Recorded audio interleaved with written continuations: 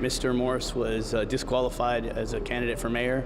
Judge Medley, after hearing the evidence, found that he was not credible, is a good word to say.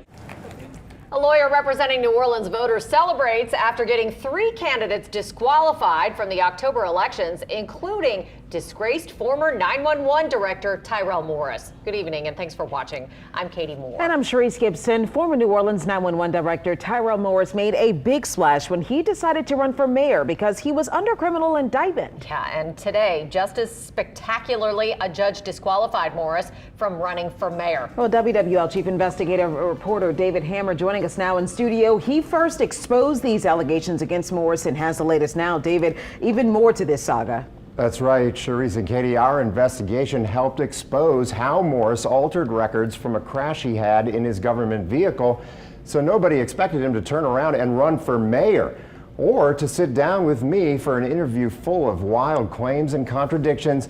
And now a final problem has gotten Morris kicked out of the mayor's race.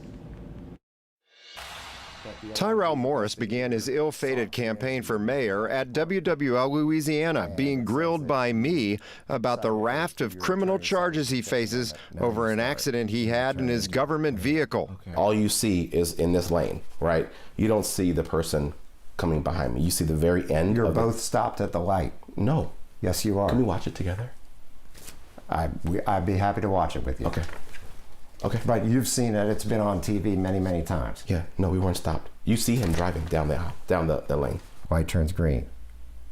Now you start and you turn into him and hit him. Okay. Looking at the video, I mean, it's undeniable. We caught him in one contradiction after another. And that badge, the badge that you were wearing? I didn't wear that. That was the badge given to me when I came here. So the previous ops director, they had Class A uniforms to do special events. Everyone was issued a badge and a white shirt. Tyrell didn't make that badge. I have no knowledge of that badge. It was new to me when I saw it. It did not exist under my tenure. When Morris did that interview, he said he knew he had to face the music, but he was a no-show in court Monday as a voter challenged his candidacy. Bob Ellis is an attorney for that voter. He basically misrepresented that he had paid his Louisiana Department of Revenue taxes, and we had evidence to show he did not. Right, you had documents showing that he had not actually filed returns in 2021, 2022, 2023, correct? Correct, sir. He did not file returns at all, and yet certified under oath, under penalty of perjury, that he did. Now, there was testimony in court today that a sheriff's deputy came to this house, Tyrell Morris's house, to serve him with the disqualification. He answered the Ring doorbell and said to come back on Sunday after 6 o'clock. The deputy did that, and Tyrell Morris still wasn't there. We can't answer the door right now. We also tried to speak to Morris at his house, to no avail.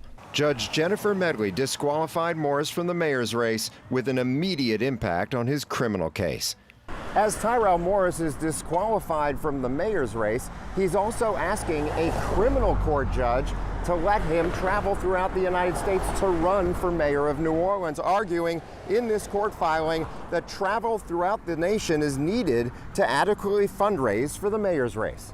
Morris is due back in criminal court Friday to make that argument.